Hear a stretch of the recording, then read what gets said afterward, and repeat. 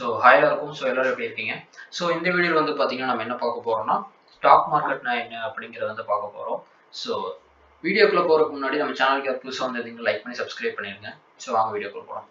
So stock மார்க்கெட்னா என்னது அப்படிங்கிறது வந்து நான் எதுக்கு இந்த டாபிக் எடுத்திருக்கேன் அப்படின்னு பார்த்தீங்கன்னா, ஸோ நம்ம இன்ஸ்டாகிராமில் பார்த்தீங்கன்னா நிறைய பேர் வந்து இந்த டாபிக் வந்து கேட்டிருந்தாங்க. ஸோ பேசிக்ஸ்ன்னு சொல்லுங்க ப்ரோ அப்படின்னு கேட்டிருந்தாங்க. ஸோ அதுக்காக தான் வந்து நான் இந்த டாபிக் வந்து நான் எக்ஸ்பிளைன் பண்ணுறேன் இன்னைக்கு.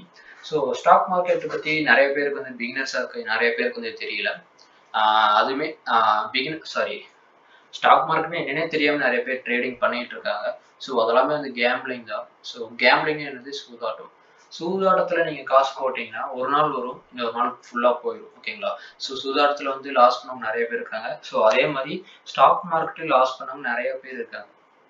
என்ன ரீசன்னால அவங்க எல்லாமே லாஸ் பண்றாங்க அப்படின்னு பாத்தீங்கன்னா, ஃபுல் அண்ட் ஃபுல்லா பாத்தீங்கன்னா அவங்களுக்கு ஸ்டாக் மார்க்கெட்னு என்னன்னே தெரியல. ஓகேங்களா? அதுதான் வந்து பேசிக்கான ஃபேக்ட். அவங்களுக்கு வந்து என்னன்னே தெரியாம வந்து சித்தப்பா சொல்றாங்க, சித்தி சொல்றாங்க, தாத்தா சொல்றாங்கன்னு சொல்லிட்டு அவங்களோட கேஷை கொண்டு அப்படியே போட்டுறாங்க. ஒரு நாலேஜே இல்லாம போட்டுறாங்க. புரியுதுங்களா? ஸோ அந்த மாதிரி காசை போட்டு என்ன பண்றாங்க, லாஸ் பண்றாங்க. ஓகேங்களா? ஏன்னா இப்போ நம்ம எவ்வளோ படிச்சாலுமே நமக்கு வந்து ஒரு 10 ட்ரேட் எடுக்கிறீங்கன்னா உங்களுக்கு 3 ட்ரேட் வந்து கண்டிப்பா லாஸ் ஆக செய்யும். ஓகேங்களா? இது வந்து ஸ்டாக் மார்க்கெட் பொறுத்தளவுக்கு அதான் வந்து உண்மை. நம்ம வந்து 10 ட்ரேட் எடுத்து 10 ட்ரேடுமே வந்து ப்ராஃபிட் பண்ணுவோமா அப்படிங்கிறது வந்து அப்படி வந்து சொல்லவே முடியாது. ஓகேங்களா? கண்டிப்பா வந்து ஒரு 2 ட்ரேட்னாச்சும் லாஸ் ஆகும். ஓகேங்களா?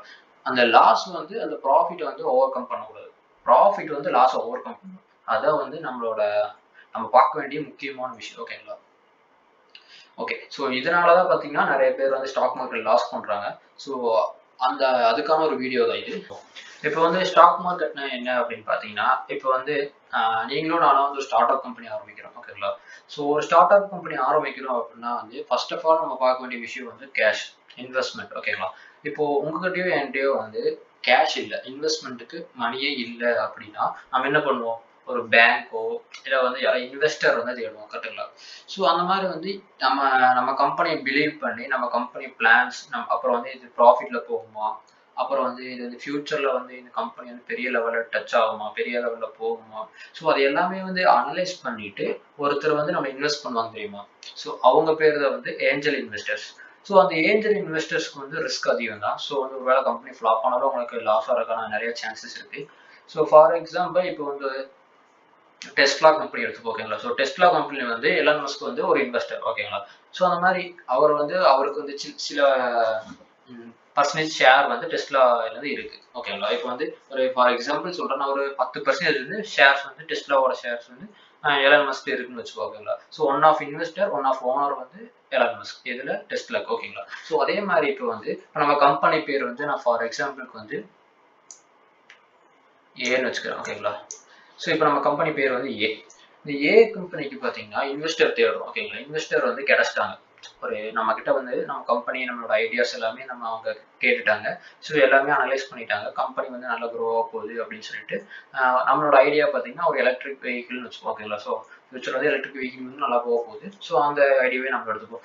இப்போ வந்து அந்த எலக்ட்ரிக் வெஹிக்கிளோட ஃபியூச்சர் எல்லாமே அவங்களுக்கு தெரிஞ்சிருக்கு. ஸோ வந்து கண்டிப்பாக மூவ் ஆகும் அப்படின்னு நினச்சிட்டு அவங்கள்ட்ட வந்து நம்ம இன்வெஸ்ட் பண்ணிட்டாங்க. ஓகேங்களா? ஒரு 5 crore வந்து இன்வெஸ்ட் பண்ணிட்டாங்க. இப்போ நம்ம கம்பெனி வந்து ஓரளவுக்கு வந்து ஸ்டேபிளாக இருக்கு. ஓகேங்களா?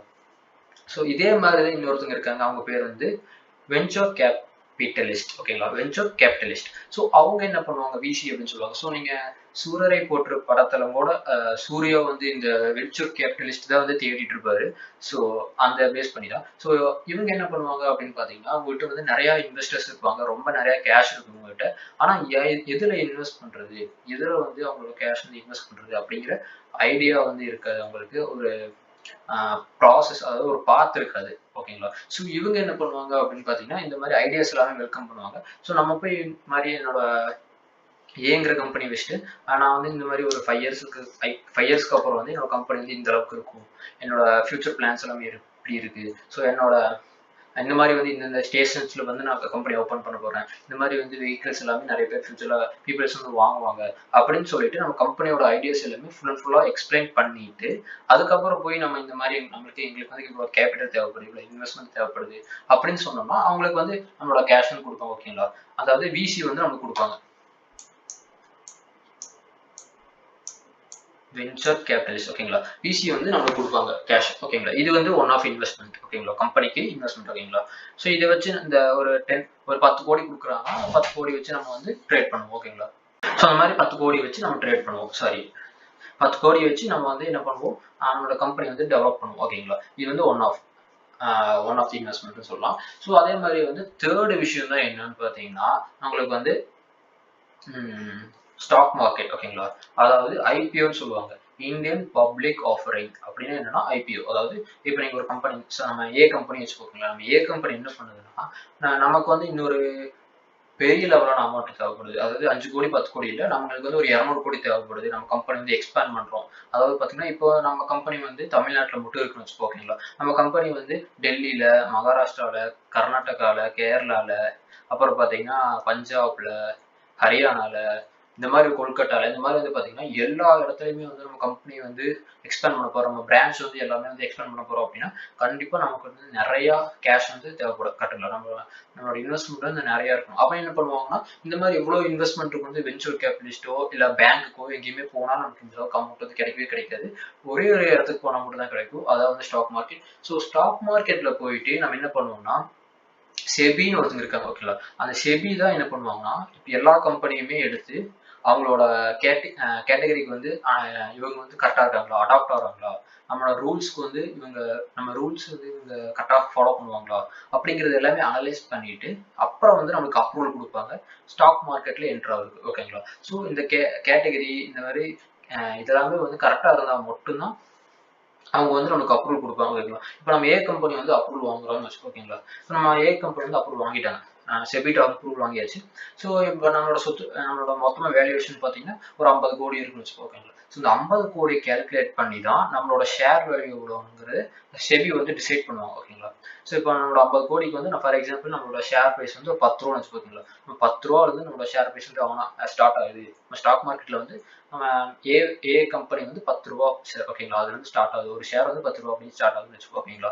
இப்போ என்ன பண்ணுவாங்கன்னா, பப்ளிக் கிட்ட வந்து கொடுத்துருவாங்க ஓகேங்களா. இப்போ பப்ளிக்கான நம்ம ரீட்டைல் ட்ரேடர்ஸ் ஓகேங்களா. இப்போ இந்தியாவில் வந்து ஒரு மோர் தென் 100 கோடி பேர் வந்து ட்ரேடிங் பண்றாங்க அப்படின்னா 100 கோடி பேருமே வந்து இந்த ஏ கம்பெனியோட ஷேர்ஸ் வந்து வாங்கலாம் ஓகேங்களா. அதே மாதிரி இப்போ நம்ம கிட்ட 50 கோடி தான் வேல்யூ இருக்கு அப்படின்னா அதுக்கேற்ற மாதிரி ஷேர்ஸ் தான் நம்மளுக்கு இருக்கும். ஒரு 10,000 ஷேர்ஸ், 50,000 ஷேர்ஸ், 1,00,000 ஷேர்ஸ் அந்த மாதிரி தான் ஷேர்ஸ் இருக்கும். அதுக்குள்ளதான் நம்ம வந்து ட்ரேடிங் பண்ண முடியும் ஓகேங்களா. இப்போ அதே மாதிரி வந்து இப்போ பப்ளிக் வந்து ட்ரேடர் நம்மளோட ஏ கம்பெனியோட ஒரு ஷேர் வாங்குறாங்க, 10 ரூபா கொடுத்து ஒரு ஷேர் வாங்குறாங்கன்னா அவங்களும் என்ன பண்ணுவாங்கன்னா நம்மளோட ஒரு ஓனர் ஒரு இன்வெஸ்டர் தான் ஓகேங்களா. அதாவது நம்ம ஷேர்ஸை வந்து கொடுக்குறோம் பப்ளிக் ஓகேங்களா. இப்போ வந்து இதுக்கு முன்னாடி என்ன பண்ணாங்க, ஃபர்ஸ்ட் வந்து என்ன பண்ணாங்க, ஒரு இன்வெஸ்டர் ஏஞ்சல் இன்வெஸ்டருக்கு வந்து ஒரு 5 கோடி வாங்கினாங்களா. ஸோ அந்த 5 கோடி வாங்கினதுக்கு அப்புறம் இவர் வந்து நம்ம ஏ கம்பெனியோட ஓனர் வந்து நீங்களும் நானும் வந்து பாத்தீங்கன்னா ஒரு ஓனர். அதே மாதிரி அந்த இன்வெஸ்டர் 5 கோடி கொடுத்தவர் ஒரு ஓனர் ஓகேங்களா. 2 பேரும் ஓனர். இப்போ வந்து கம்பெனி என்னன்னா பிரைவேட் லிமிடெடா இருக்கும் ஓகேங்களா. அதுக்கப்புறம் வந்து வென்ச்சர் கேபிட்டலிஸ்ட் வந்ததுக்கு அப்புறம் என்ன ஆச்சுன்னா இன்னொரு 10 கோடி அவங்க கொடுத்தாங்களா. இப்போ வந்து 3 பேர் ஓனர், நீங்க நானு, அப்புறம் ஃபர்ஸ்ட் ஏஞ்சல் இன்வெஸ்டர், அதுக்கப்புறம் வென்ச்சர் கேபிட்டலிஸ்ட், இவங்க வந்து ஓனர்ஸ் ஓகேங்களா. இது இப்போ என்ன ஆச்சுன்னா இப்போ ஐபிஓ வந்து லிஸ்ட் பண்ணதுக்கு அப்புறம் பப்ளிக் எல்லாமே வாங்குறாங்கல்ல. ஸோ பப்ளிக் எல்லாமே வாங்கினதுக்கு அப்புறம் என்ன ஆச்சுன்னா இப்போ எத்தனை பேர் வாங்குறாங்களோ, அதாவது நீங்க இப்போ 100 பேர் வாங்குறாங்க. இன்னைக்கு டேட் வந்து நான் 20 ரெக்கார்ட் பண்றேன். ஸோ இன்னைக்கு 20th February வந்து பாத்தீங்கன்னா ஒரு 100 பேர் வந்து ஏ கம்பெனியோட ஷேர்ஸ் வந்து வாங்குறாங்கன்னா அந்த 100 பேருமே வந்து பாத்தீங்கன்னா நம்ம ஏ கம்பெனியோட ஓனர்ஸ் தான் ஓகேங்களா. ஸோ இதை வந்து ஸ்டாக் மார்க்கெட். ஸோ பேசிக்கா ஸ்டாக் மார்க்கெட் இதுதான். ஸோ நான் வந்து ரொம்ப டீட்டெயிலா சொல்லலை. ஸோ இது ரொம்ப ரொம்ப பேசிக் ஓகேங்களா. ஸோ இது உங்களுக்கு கண்டிப்பா புரியும்னு நினைக்கிறேன். ஸோ உங்களுக்கு வேற ஏதாவது டவுட்ஸ் இருந்தால் கண்டிப்பா கேளுங்க. ஏன்னா டவுட்ஸ் கேட்டாதான் நம்ம வந்து ஒரு தெளிவாக முடியும். ஸோ இதான் வந்து நான் ஸ்டாக் மார்க்கெட் பற்றி சொல்ல இருந்த சின்ன பேசிக்ஸ் ஓகேங்களா.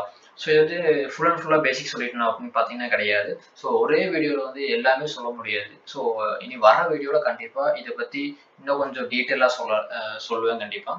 ஸோ உங்களுக்கு இந்த மாதிரி வீடியோஸ் எல்லாமே உடனுக்குடனே வரணும் அப்படின்னு பார்த்தீங்கன்னா சப்ஸ்கிரைப் பண்ணிட்டு பெல் ஐக்கான் ஆன் பண்ணி வச்சுக்கோங்க. அப்போ தான் நான் போடுற எல்லா வீடியோமே உங்களுக்கு நோட்டிஃபிகேஷன் வரும்.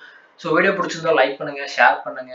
உங்க ஃப்ரெண்ட்ஸ் யாராவது ஷேர் மார்க்கெட் பத்தி படிச்சுட்டு இருக்காங்க, லேர்ன் பண்ணிட்டு இருக்காங்க, எதுவுமே தெரியாம வந்து ட்ரேட் பண்ணிட்டு இருக்காங்கன்னா அவங்களுக்கு இந்த வீடியோவை ஷேர் பண்ணுங்க. கண்டிப்பா உங்களுக்கு யூஸ்ஃபுல்லா இருக்கும். So thank you so much.